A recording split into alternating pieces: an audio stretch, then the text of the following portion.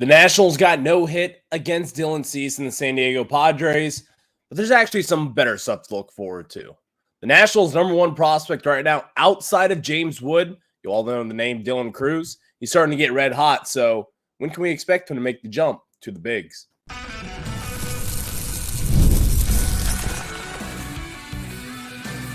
You are Locked On Nationals, your daily Washington Nationals podcast. Part of the Locked On Podcast Network, your team every day. And thank you all for making Locked On Nationals your first listen every single day, as we are free and available wherever you get your podcasts. And of course, I'm your host, Ryan Clary. You can catch me over on Twitter at RyanClary11 and as well as our show page at LO_Nationals. For all your latest Nationals news and notes, make sure to check us out over on Twitter. And while you're at it, make sure to search us up, Locked On Nationals, wherever you get your podcasts, including over on YouTube. Again, just search Locked On Nationals.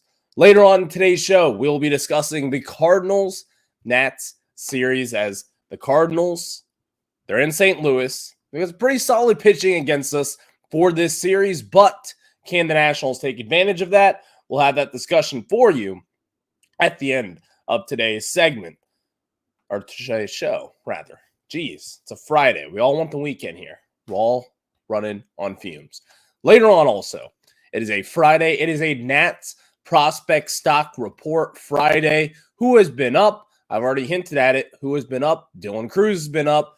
I'll tell you why. It may be getting into some ETA estimations for him as well, because the kid has been hitting the ball over in AAA Rochester. So we'll have that discussion for you in the second segment of today's show. But we start off with discussing yesterday's no-hitter. And it kind of brings up a fascinating conversation. When is it okay for you to root for a no-hitter, but it's not for your team? We'll discuss that because I think some of you may be surprised by my answer. I'm a hating guy. You know that about me. I'm a hater. But we'll answer that after we tell you guys about SupplyHouse.com, because they are the reliable way to get parts fast. Shop for your next plumbing, HVAC, or electrical job and get fast shipping from coast to coast at SupplyHouse.com. So Dylan Cease throws a no-hitter yesterday, and let's go over the Nats box score. C.J. Abrams, 0 hits. Lane Thomas, 0 hits. Keibert Ruiz, 0 hits. Nationals, 0 hits. That's your breakdown for yesterday's game. But it brings us a more interesting conversation, in my opinion. When is it okay to root for a no-hitter? I'll tell you this. If I was there in person watching that, knowing that the way that the Nationals are right now, we're not a postseason baseball team. We know that. You're about to sell off here in the next few days. Jesse Winker's going to be gone. Maybe Lane Thomas will be gone. And maybe Kyle Finnegan could also be gone. A couple other pieces as well. I know what we are. We're not a postseason team. Now, with all that said, if it's the Philadelphia Phillies in town, I'm not rooting for a no-hitter. If it's the Atlanta Braves, I'm not rooting for a no-hitter. Even with the San Diego Padres and what Jurickson Profar, which, by the way, he continues to kill this baseball team here in D.C. Even with all those things and the kind of the weird little rivalry the Nationals do have between the Padres, I would still root for that no-hitter. I'm a baseball fan. I'm also a Nationals fan. I'm a Nationals fan first, but I'm a baseball fan second.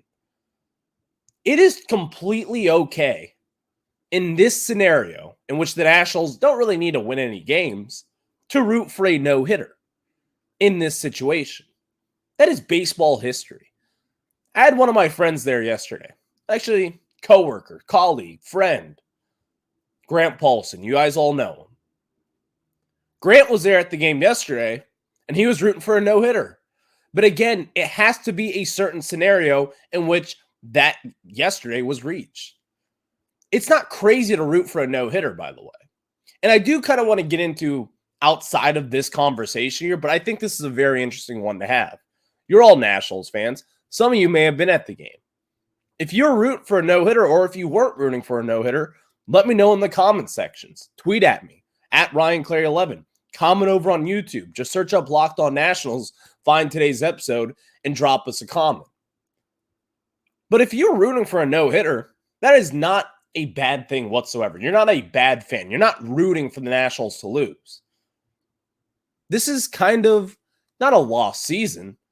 There have been way worse seasons out there. But you're not trying to make the postseason. This is not a playoff team. You're not in a postseason race. It's okay to lose. It's okay to get no hit. And it's okay to root for one if you are there with your team, with your family, with your friends, whatever it is, to go and see a no-hitter. It's perfectly fine. But now, the Nationals had no hits. There is one guy in particular that I saw catching all the shrapnel yesterday. It was hitting coach Darnell Coles. Here's the thing. Darnell Coles, if it was up to me, if I could press a button right here, right now, would I change hitting coaches? Would I make an upgrade? Absolutely. I'm pressing that button 100 times out of 100. But here's the thing, though. Not everything is to blame with Darnell Coles. If you look at this Nationals roster, he was given Joey Meneses. That's not a major leaguer, in my opinion. This Nationals lineup is very flawed top to bottom. You can look at guys that have done a lot better. C.J. Abrams, Lane Thomas. While he hasn't been all that great this year, he has still been a success story with the Nationals. Luis Garcia has taken a step up this year. James Wood, he's up and down right now. He's still trying to get his feet wet in the majors. He's looking decent, you could say. Keibert Ruiz, taking a step back. Okay, yes. But even then, you can't really just say Darnell Coles, Darnell Coles, Darnell Coles. He's to blame for everything. Guys, this Nationals offense isn't good. Even if you had your own Kevin Long here in D.C., which we did have a few years ago, Kevin Long ain't fixing this lineup. Kevin Long did not have Joey Meneses in this lineup. Kevin Long did not have a slumping Keibert Ruiz, who really has been a disappointment so far this season. Kevin Long doesn't have Jacob Young, who he's a great center fielder, but not so great at the plate. He did not have a Nick Senzel in this lineup. Now, back a few years ago when the Nationals had a very potent offense, and you had Josh Bell over at first base, you had Juan Soto in the lineup, yeah, the offense looks a little bit better.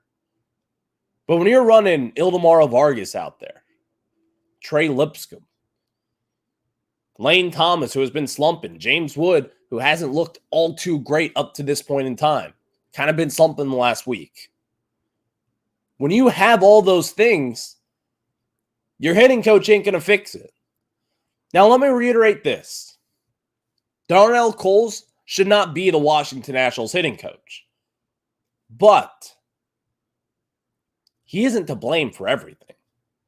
Just because this Nationals offense isn't all that great doesn't mean you look at Darnell Coles and say, well, it's your problem. Now, does it fall under his umbrella? Sure. But also, this team just simply is not that good. It just isn't. And I think as we kind of get into this season, you'll probably realize that the Nationals offense just ain't all that great after all. So that's really all it is. The Nationals got no hit against the San Diego Padres yesterday. Dylan Cease threw a no-hitter. I thought it was really cool. I could have been at the game, but ultimately I was not. So there is that. But thank you all for making Locked On Nats your first listen every single day, as we are free and available wherever you get your podcasts. Now we get into a Nationals prospect stock report. And of course, later on, we'll be previewing the Cardinals-Nats series. But before we get into both those things, again, Dylan Cruz, he is on fire. So let's talk about it. But before we get into it, let me tell you guys about some of our very good friends over at Bookings.com. And this episode of Locked On Nationals is brought to you by Booking.com. With summer travel heating up, especially travel for baseball games, it's time to explore those U.S. cities you always secretly wanted to learn more about. Yes, we're talking about your rivals' cities with hotels, bed and breakfast, vacation rentals, resorts, and so much more on Booking.com. You might just find your perfect stay, even in your baseball rival cities. So maybe you're going to Wrigley Field, or maybe you're even going to Busch Stadium here for this weekend. Check Booking.com for a last-minute resort or family-friendly hotel, or even a bed and breakfast. You can catch so much on our friends' website over at Booking.com. And maybe you're heading up to New York to Citi Field later this year. You can check that as well. And of course, they have hotels that look over stadiums and maybe even a family-friendly resort for you and your family. Booking.com has so many choices across the U.S. for your summer travel this Major League Baseball season. So the right stay can make you a fan of any U.S. city, even your rival. So book today on Booking.com on the site or in the Booking.com app. Now, let me tell you guys about our very good friends. We love to bet with them over at FanDuel. And guys, we talk about FanDuel all the time, and I love sports. I love them so much, and I never want them to stop. But as the playoffs are done, we have fewer games, and the sports aren't sportsing like I want them to. But FanDuel lets me keep the sports going whenever I want.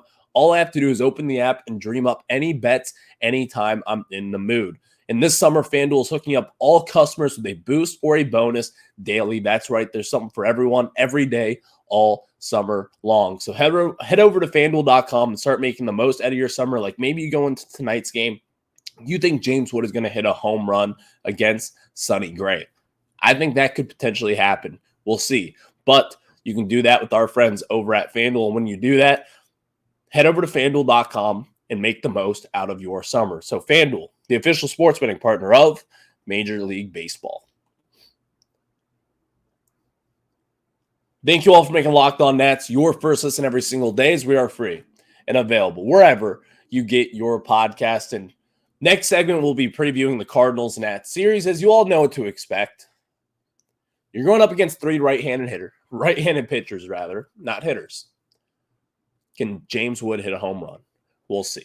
But we start off with a Nats prospect stock report.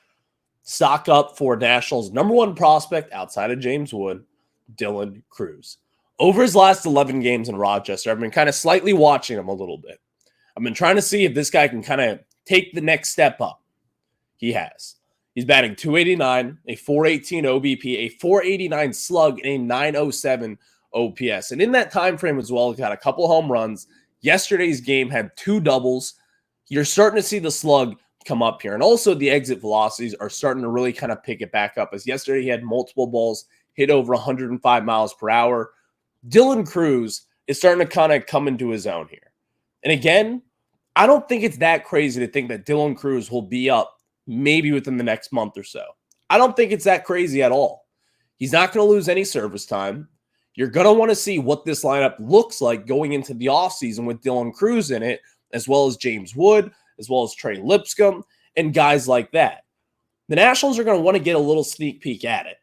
And if you kind of remember the way that they did Victor Robles back in the day, in 2017, 2018, they gave him those cups of coffee up in the majors. And they probably should have, by the way. You all know that I've been against that wildly. But I do think going into this offseason where you could be potentially spending and really kind of finding your holes and see what Dylan Crews does up in the majors will kind of give you an idea of what this offseason could look like. If this offense looks a lot better with James Wood and Dylan Crews in the lineup, and then Lerner family sees that, you might be more liable to spend money and get like a Pete Alonso in this lineup or whoever it may be. Maybe Reese Hoskins opts out of his deal and becomes a Washington National. Who knows at this point in time? Maybe even just get crazy, Juan Soto.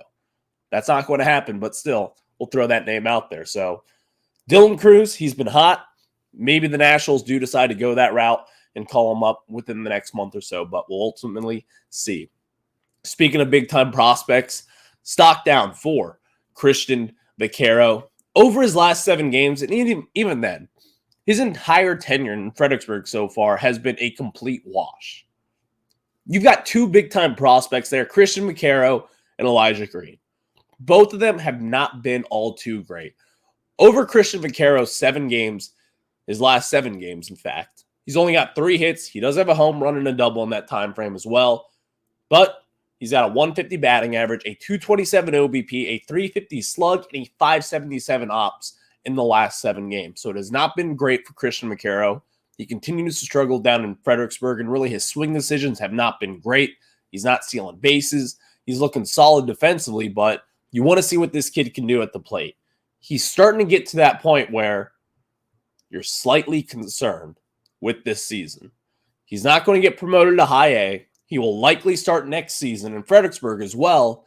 And you just hope to God that this isn't some big toolsy guy that we just forget about eventually. So stock down for Christian Vaccaro, but we'll see what the kid can do moving forward. Stock up for Victor Hurtado.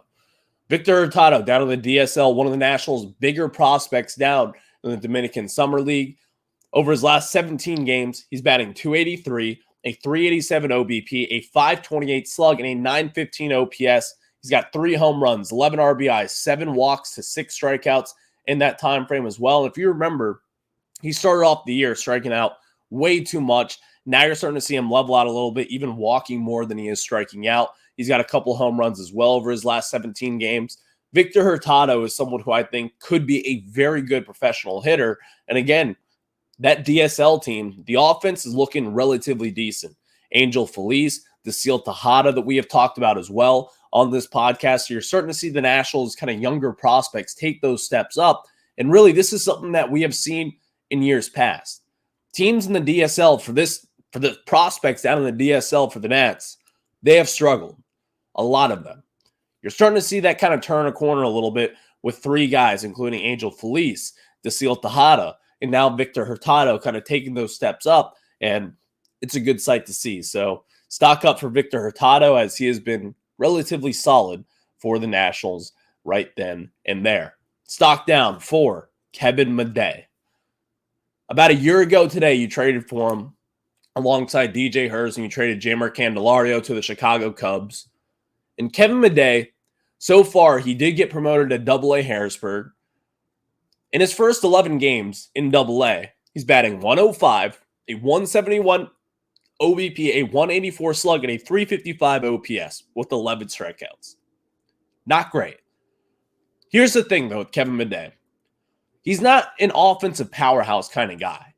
This is going to be someone who will come up and kind of play that Nasim Nunez type of role. Now, will he be better than Nasim Nunez? I would like to think. But also with Kevin Madej here, he was showing some promise as a prospect. Earlier on this season in High A Wilmington, he was killing the baseball for the first month and a half, 2 months. And even then, it kind of made me turn my head a little bit and say, Kevin Madej kind of turning around here, and the Nationals are getting a solid not front of the line starting pitcher with DJ Hurst, but a back end of the guy realistically. Someone who's looked good, who pitches again this weekend, by the way. We'll have that preview later on. But then you also get a solid shortstop who plays very good defense, can play up the middle anywhere, and also hit. Well, it's kind of taking a step back here, but still, Kevin Madej, stock down right now. Maybe we can see him kind of turn the season around in Double-A Harrisburg. Stock up for Marquise Grissom Jr. A nice little reliever down in the minors right now at this point. In Double-A, his first 12 appearances, 14 innings pitched, only 2 earned runs, a 222 batting average against, and a 1.0 whip on the season. Marquise Grissom Jr. is going to be one of those guys, in my opinion, who will be a very fast riser within the system. In fact, with the Nationals expected to really blow out a ton of guys in the bullpen, I would not be surprised to see him called up maybe mid-September. I think you'll see a couple of guys like that, in my opinion. I think Jackson Rutledge could be like your long-term relief guy, even though he has not looked good whatsoever in AAA. Forget him as a starter. That's not what he's going to be up in the majors. He didn't have a solid, decent outing against the Brewers, but still, he's just not going to be a long-term starter for this team. You also have Zach Brixey, Jose Ferrer, who in his first 2 appearances didn't look all too great. Yesterday, looked solid, got the job done in yesterday's contest. But you also have a guy named Marquise Grissom Jr. now, who is really establishing himself at the minor league level. really having a breakout season. So I would not be surprised to see him kind of take that next step up and maybe join the Washington Nationals in 2024. So thank you all for making Locked On Nats your first listen every single day, as we are free and available wherever you get your podcast. Let's preview this little series here, as we've got the Cardinals and the Nats going head-to-head in St. Louis tonight, 8 o'clock, first pitch. We'll talk about that, but let me tell you guys about our friends over at SupplyHouse. And guys, get supplies from the site that's made for the skilled trades, SupplyHouse.com. SupplyHouse.com is a reliable way to order plumbing, HVAC, and electrical products online. Their easy-to-use website is packed with helpful resources and the latest product info to help you get the job done right. Shop a complete inventory of over 200,000 parts from over 400 top brands and get your order delivered right to your door with fast shipping from coast to coast. Need help with an order? Get export support and industry-leading service from the friendliest folks in the business, and talk to a real person every time. Pros in the skilled trades can get a competitive edge by joining SupplyHouse.com's free Trade Master program. Every Trade Master gets access to a dedicated phone line, free shipping, and discounts on every order. Join the thousands of trade pros already benefiting from their free membership at SupplyHouse.com/TM and order plumbing, HVAC, and electrical supplies from anywhere with just a few clicks at SupplyHouse.com. Thank you all for making Locked On Nats your first listen every single day, as we are free and available wherever you get your podcast. So, as we said, the St. Louis Cardinals, you're in St. Louis. James Wood has yet to have a day off, by the way. I don't know if James Wood needs a day off at this point, but here's the thing. Now's not the time to do that. You're going up against 3 right-handed pitchers this weekend with the St. Louis Cardinals, so let's preview that right here. Mackenzie Gore against Sonny Gray and the St. Louis Cardinals. Sonny Gray started off the season as like a Cy Young favorite. He's kind of fallen off since then, but you see what he can do. He's obviously a very good pitcher, but ultimately at the end of the day, you would like to see what the Nationals can do. Can they take advantage of him?